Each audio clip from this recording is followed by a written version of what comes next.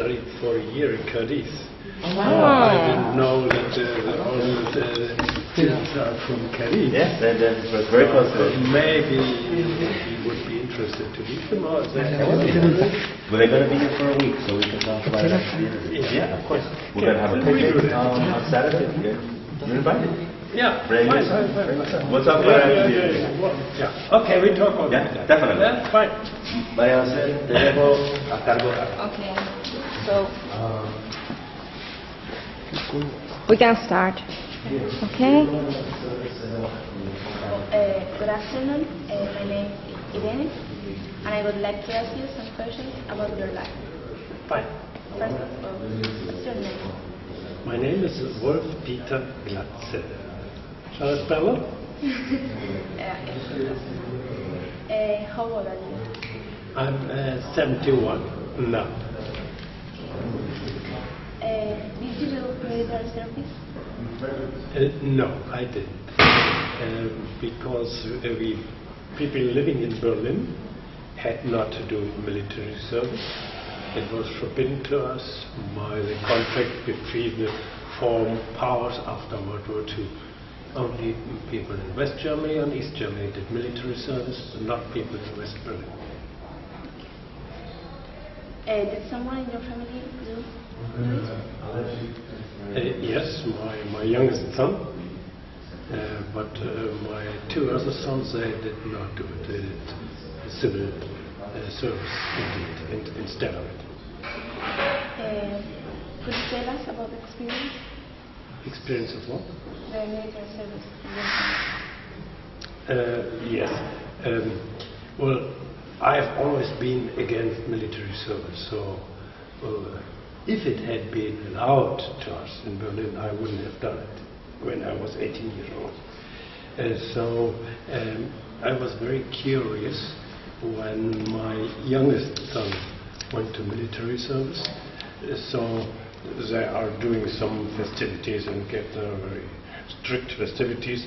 And then there was an East German officer from the formerly East German military service, and he took the oaths of this boys. So that was very funny for us, because 10 years ago they would have shot at each other, and now they were both in one military service. And later on, the military service of my youngest son was not very effective. Said he just learned smoking and nothing else. So I'm very glad that we don't have any military service now in Berlin, in Germany anymore, and no obligatory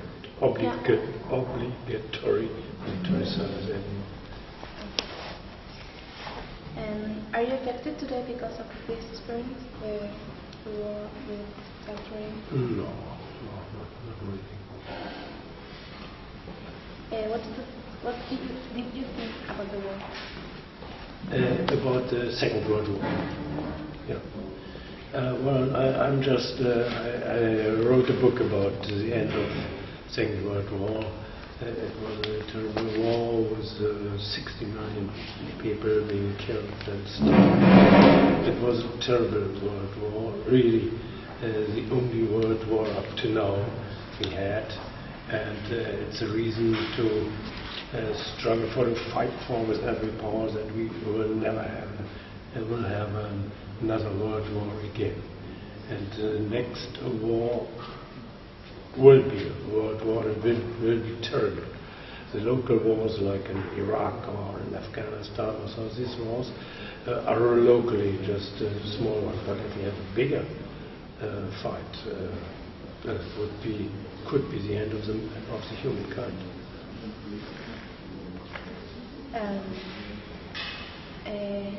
The post-war period in Spain was very difficult. Was it similar here?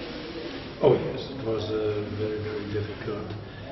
Many people starved in here. But fortunately, and this is very important, the American people helped us.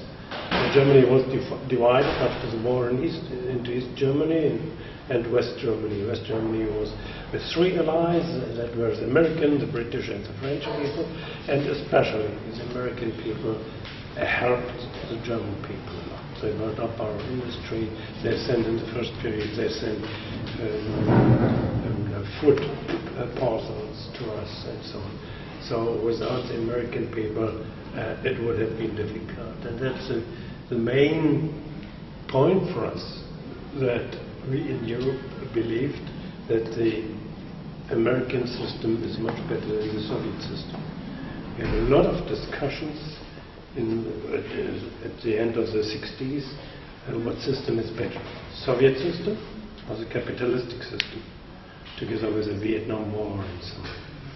And when we grew up, me and my class comrades, we did not starve, we were not sent to Siberia as all the other people, many people, all in East Germany. So we are convinced that the American system is a better one. The Americans gave us a freedom bill of liberty. Maybe you have the opportunity to see it in the Rathaus Schöneberg. It brings every day Freiheitsglocke. It's called. Maybe you look it up in Wikipedia, and there is an obligation that we swear we will fight for freedom and for liberty of all mankind, wherever we meet injustice and so on. So this could be for your project very important to look that word up, Freiheitsglocke. It's called in Wikipedia. Okay. Is there anything else that you would like to add? Well, maybe I tell you a little story from my mother. My mother, my father was in war. He survived, but my mother, she studied medicine in the 40s, during the wartime. So she was pregnant then for the third time. I was the first one, the oldest one, my sister. And so during the bombing here in Berlin, we were sent to the countryside. And then my mother wrote her PhD down, and when she came back, she got her PhD, but nothing worked here, everything was destroyed. And nevertheless, she did her PhD, and then the third baby, my brother, he came to life, but there was no electricity, no water. All the people in the hospital were very much afraid of the Russian people coming and so on. So this little boy died after 10 years. He was dead.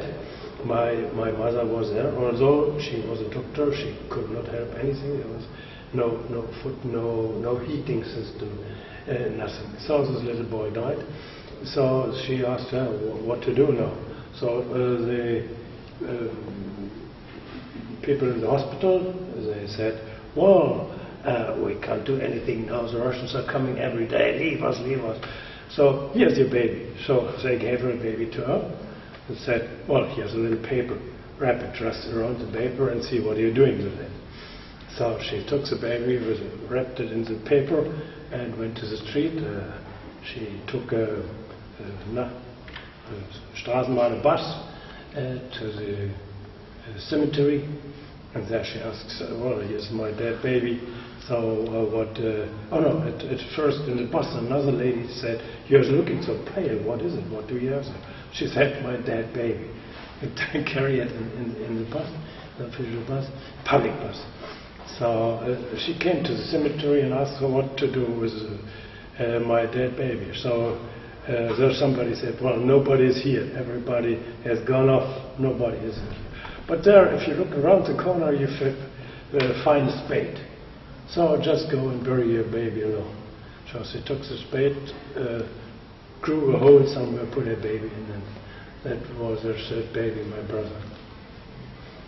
So that's war, and that's an example how terrible war is. War will never, no war, not even a so-called justice war, or a war of America against Iraq. War always is terrible, even if war is done or inaugurated out of human reasons. Yeah, it's always injustice.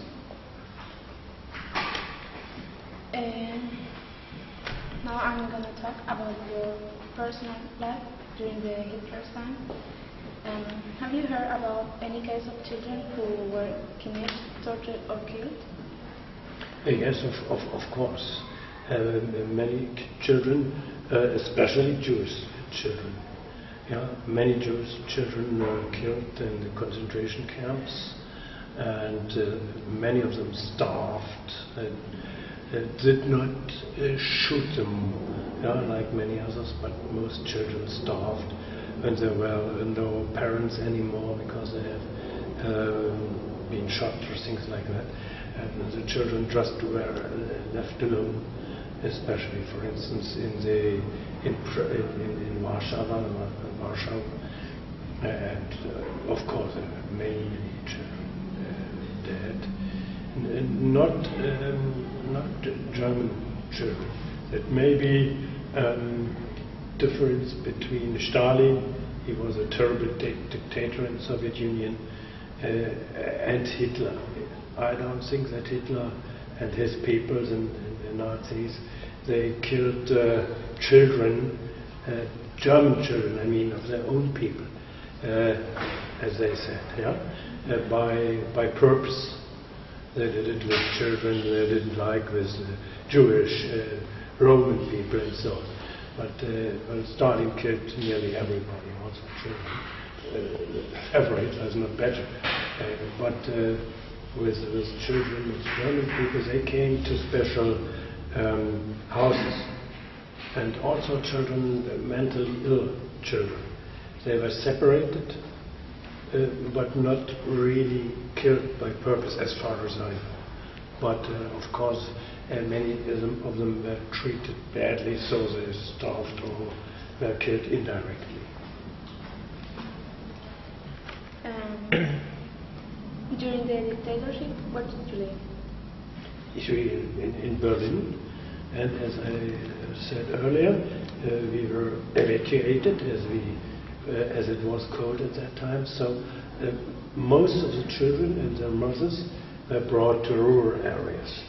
And there we lived far from Berlin, because Berlin and all the industrial cities in Germany were bombed by British at first and then later on by American bombing armies. Everything was destroyed here. So many children, also children, died here in Berlin during these bombing attacks. During the work, while working on my book on the end of the World War II, I went to the cemeteries around here. And maybe you have a chance, or even I can help you with that, going to a war cemetery around here, everywhere.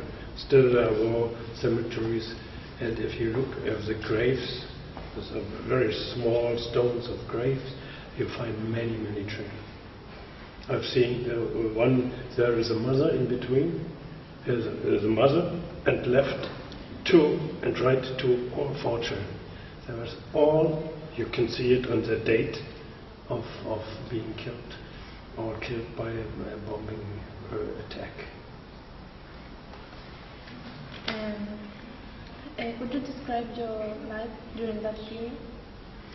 The rural area? When you were living in the rural area? Yeah, we lived not here in Zehlendorf, but in the south of Berlin, quite comfortable. My mother, my grandmother, they were Nazis, they were engaged with that party.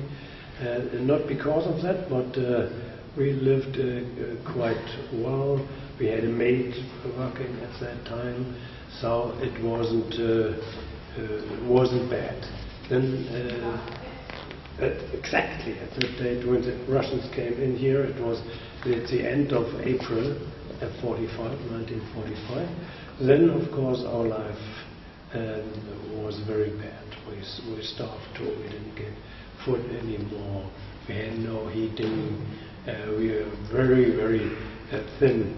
Even when I was a young boy, I was very, very thin, very thin.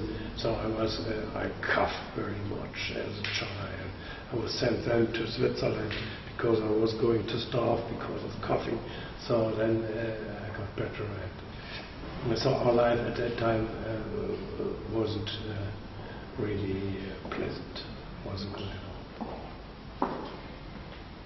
What's your favorite memory of your childhood? Well, that's funny. I will tell you two stories. I'm very much in favor of Christmas, and maybe it comes off because we at 42. It must have been. We were evacuated to the Ostsee, that is the Baltic Sea in the north of Germany, and then came Christmas. And they cut a tree in the forest, but there were no candles. No candles. So finally, they looked all in the house, they found one candle. And then they lighted this one candle and they showed me in. And they said, now this is Christmas, and because of all the house was dark. And my grandmother, they had those little silver stripes on there, so this candle refracted. So it looked, this one candle looked like many candles. And I was so much enjoyed that I fell to the ground and rolled around and was crazy and shouting, and I liked it so much. This is one candle. This was Christmas. And the second one, memory is, I came to school in 1946. I was 5 years old then, and in Germany we call it Schultüte. That is a kind of box with a special shape, and there are a lot of sweets in there. So all the kids, before they go to school, they enjoy it very much because they're looking forward to sweets. But at that time there were no sweets. We didn't have any sweets. And all the children had very small, this Schultüte, these boxes. And me too. And I had one piece of chocolate of this size. And still my school comrades of that time, 45, they're all now 70 years old, they still know that I was the only one who had still a piece of chocolate in there. This piece, So you were lucky. And I was lucky. I don't know where, when we ate it or so, but just having this piece. I've never seen this piece of chocolate before that. How was the school in the dictatorship? I better talk about the schools in the German Democratic Republic, or the dictatorship, because I went to school in 46, so the Nazi regime was over at that time. All the teachers not were elected to the teacher because they were a good teacher in math, in German, or history or so, but because of political reasons. And in East Germany, the teachers had to be convinced that the German Democratic Republic and the socialism is a good system, is better than the Western system, and they had to teach that to their children. And if there was a child in this class with the communist parents, and this child told his or her father or mother, this teacher is bad, she told us the American system is better, or even some very harmless things, then the teacher got fired. So the school system in the German Democratic Republic was bad. The children learned facts. At one time they did not learn critical thinking, and they did not learn democratic behavior.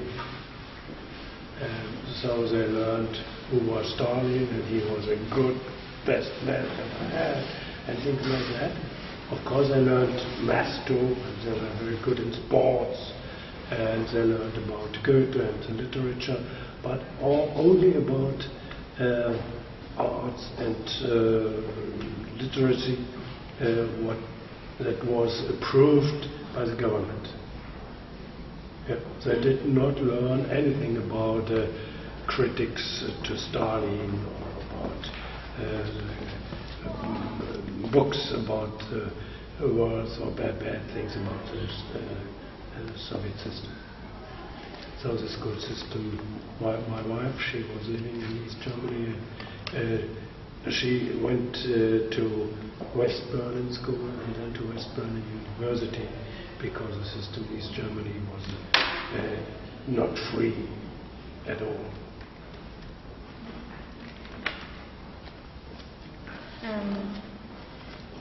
Could you tell us the name of a documentary or a film that describes faithfully the life of young people during this period? Could you repeat that? Yeah, of course. Could you tell us the name of a documentary or film that describes faithfully the life of young people during this period? Repeat the name that you Yeah, think it's important. In East Germany or no, in Nazi Germany? In Nazi Germany there are thousands of books, many thousands of books, hundreds of thousands of books.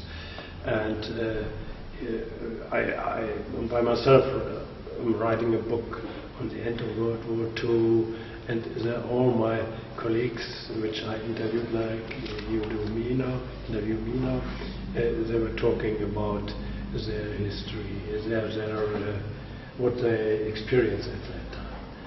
For instance, when just two stories, the one we had always to greet like that, you know, that greeting Hitler and Franco also, and Mussolini did that greeting, and all the little kids, of course, were drilled at school to greet like that. And so the Russian and American soldiers came by, and the mother said, "Well, greet them," and he said, "Hi, Hitler." So nothing happened, because usually all soldiers, also the Soviet soldiers, were very friendly to children. Nothing happened very much. For instance, when the Soviet soldiers came, they very often raped girls and wives and so on. So we, in our house, when the soldiers came, my mother sat with me outside in the garden, and we had a maid working with us, we put them behind the curtain and so on. But when the soldiers came out, so I went there and grabbed him and smashed him with my little feet always against his leg, and said, "Well, don't do that, and so on. And he didn't do anything to me, because Soviet soldiers, and they loved children very much. Did you lose any relative? Well, I told that earlier when in Brazil. No, another question. Yep. Move on.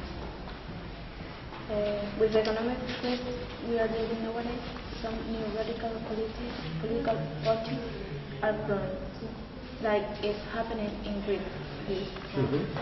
Do you think we could live a period similar to the GDR again?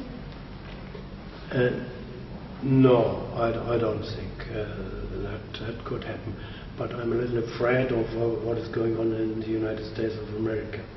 This radicalization of the society that we see now over there, that gives a reason for being afraid of future, because America is not world power number one anymore, and many of Americans think they still are, and so I'm very much afraid that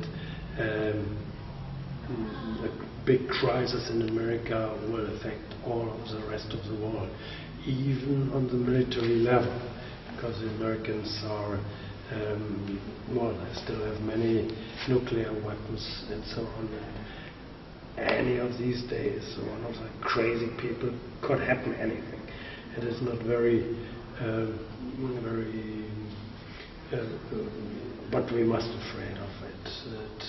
So it's very important that the system in America is being stabilized and that things like now won't end any time. But not in the rest of the world.